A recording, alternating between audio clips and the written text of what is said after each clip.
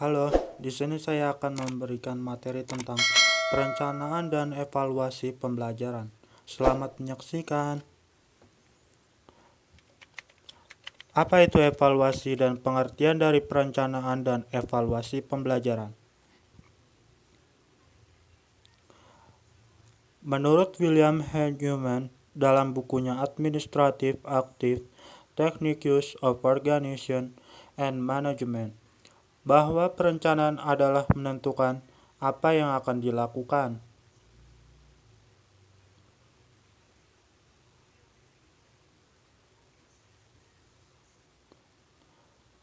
Perencanaan evaluasi pembelajaran adalah rangkaian-rangkaian putusan yang diambil untuk menentukan sejauh mana tujuan-tujuan pengajaran telah dicapai oleh siswa.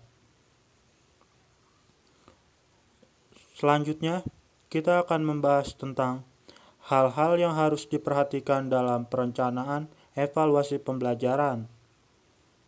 Yang pertama, analisis kebutuhan. Analisis kebutuhan adalah suatu proses dilakukan oleh seseorang untuk mengidentifikasi kebutuhan dan menentukan skala prioritas pemecahnya.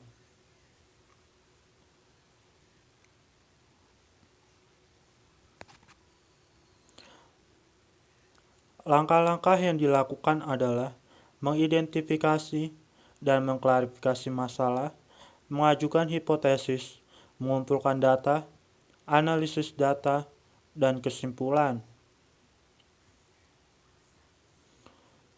Selanjutnya, yang kedua, menentukan tujuan penilaian.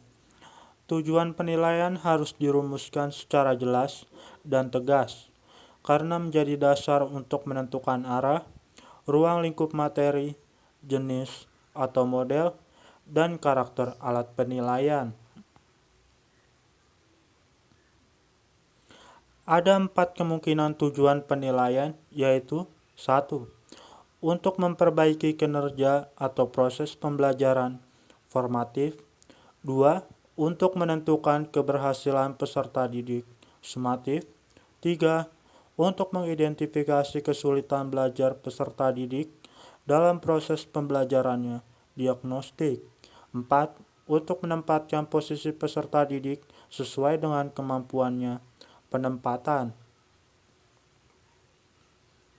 Yang ketiga, mengidentifikasi kompetensi dan hasil belajar. Mengidentifikasi kompetensi dilakukan oleh guru berdasarkan kompetensi yang ada dalam kurikulum yang berlaku, mulai dari standar kompetensi, kompetensi dasar, hasil belajar, hingga indikator.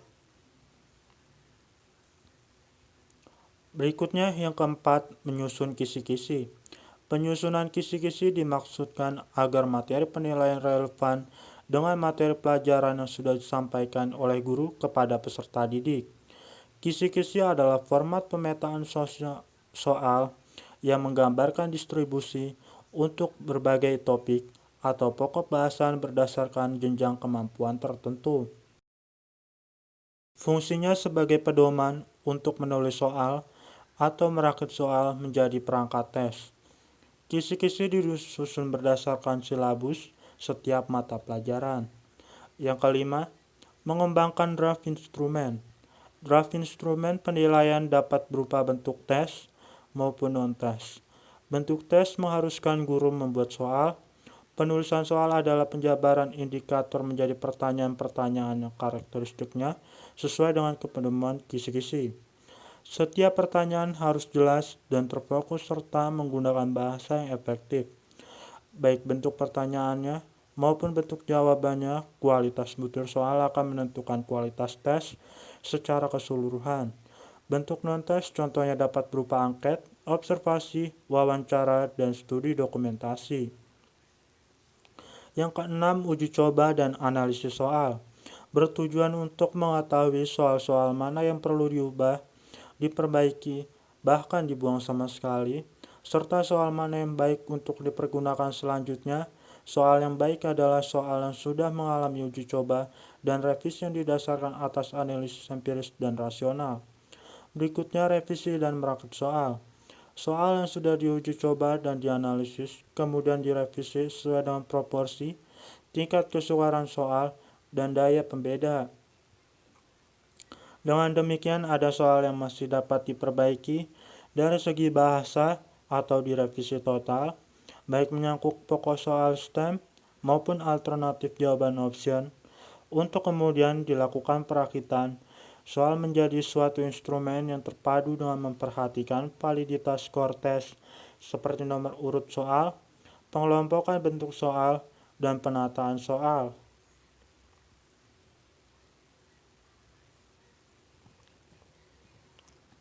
Berikutnya kita akan membahas tentang langkah-langkah perencanaan evaluasi. Yang pertama, menentukan tujuan evaluasi. Memahami tujuan evaluasi adalah salah satu wawasan paling penting yang harus dimiliki evaluator, misalnya produk pembelajaran, dokumentasi siswa atau guru, dan sebagainya, dan outcome. 2. Merumuskan masalah evaluasi. Masalah evaluasi bisa dilihat dari fenomena yang terjadi dengan mengacu pada contoh sebelumnya, yaitu masalah kurikulum. Dapat dilihat bahwa masalah yang terjadi adalah rendahnya mutu pembelajaran siswa atau bahwa hasil pembelajaran tidak sesuai dengan tujuan pembelajaran yang diharapkan. Selanjutnya yang ketiga, menentukan jenis data yang akan dikumpulkan. Pada tahap ini, evaluator mengidentifikasi data atau informasi sesuai dengan kebutuhan dan variabel yang akan dievaluasi. Jenis data secara umum adalah data kuantitatif dan kualitatif. Di sini evaluator memilih dan mengembangkan metode pengumpulan data instrumen, mengidentifikasi sumber-sumber informasi yang tepat, dari siapa oleh siapa, dan cara mengumpulkannya, organisasi hasil informasi evaluasi, serta analisis dan interpretasi hasil informasi evaluasi.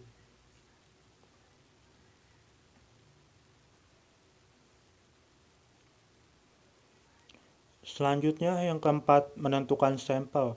Sampel digunakan bila kita akan mengevaluasi sebagian dari populasi yang menjadi subjek atau objek evaluasi dengan memperhatikan sifat yang homogenitas dan heterogenitas. Evaluasi juga menentukan teknik pengambilan sampel, sampling yang cocok diambil. Berikutnya yang kelima, menentukan alat evaluasi. Alat evaluasi yang umumnya dipakai oleh evaluator antara lain adalah tes, pengukuran sikap, survei dan kuesioner survei, wawancara, pengamatan, on-site evaluation, teknik DLP, analisis kebutuhan, analisis konten, sampling, eksperimental, kuasi eksperimental, dan sebagainya. Penentuan alat evaluasi hendaknya sesuai dengan tujuan pertanyaan evaluasi yang dikemukakan sebelumnya. Selanjutnya kita akan membahas tentang jenis-jenis evaluasi pembelajaran.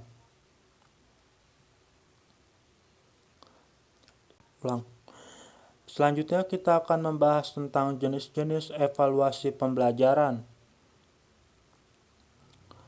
Yang pertama kita akan membahas tentang perencanaan pembelajaran menurut luas jangkauan.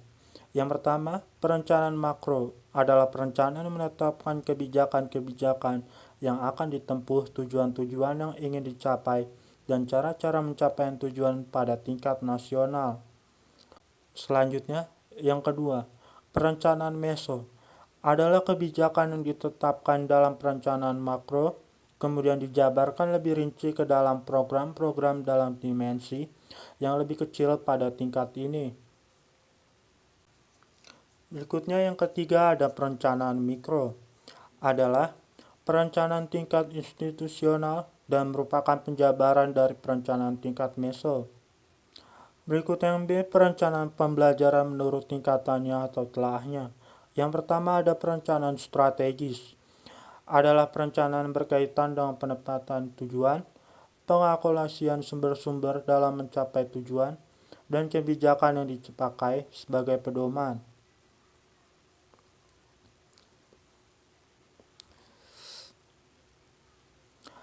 Berikutnya yang kedua ada perencanaan manajerial.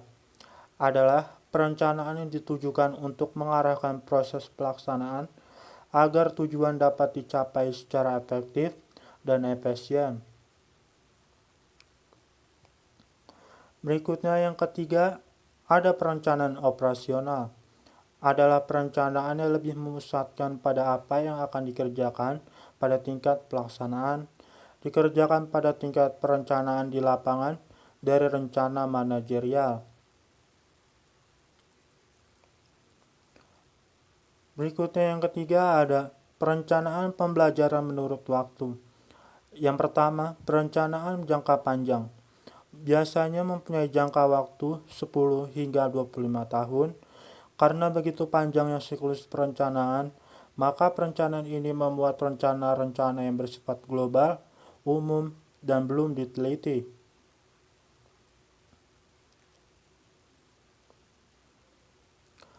Dua, perencanaan jangka menengah. Rencana yang mencakup antara 4 hingga 10 tahun disusun berdasarkan perencanaan pendek. Yang ketiga, perencanaan jangka pendek mencakup kurun waktu antara 1 hingga 3 tahun dan merupakan jabaran dari rencana panjang dan jangka pendek. Berikutnya yang dia ada perencanaan pembelajaran yang lain. 1. Perencanaan permulaan preliminary planning. Perencanaan ini sangat diperlukan oleh guru-guru baru dan guru yang memulai tugasnya di suatu sekolah.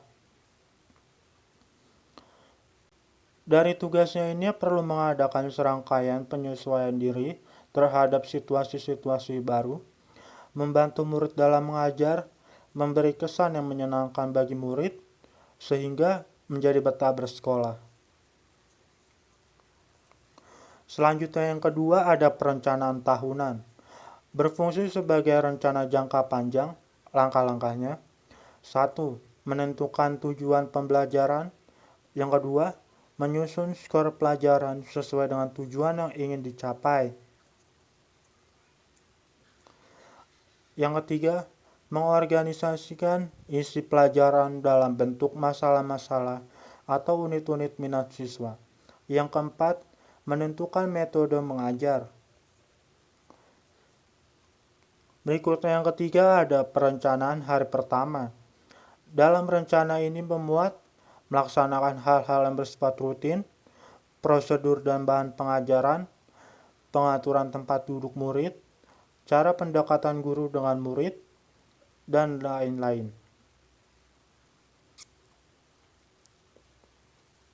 Berikut yang keempat, perencanaan terus-menerus.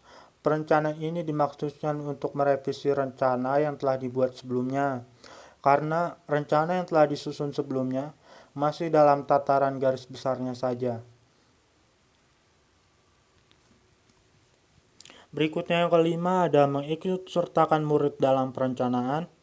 Sebelum membuat perencanaan dengan murid, guru terlebih dahulu menyusun pre-planning dan telah mengadakan penjajakan sebelumnya tentang kebutuhan dan minat murid, sehingga pre-planning dapat sejalan dengan keinginan mereka dan menghindari perubahan-perubahan yang tidak perlu.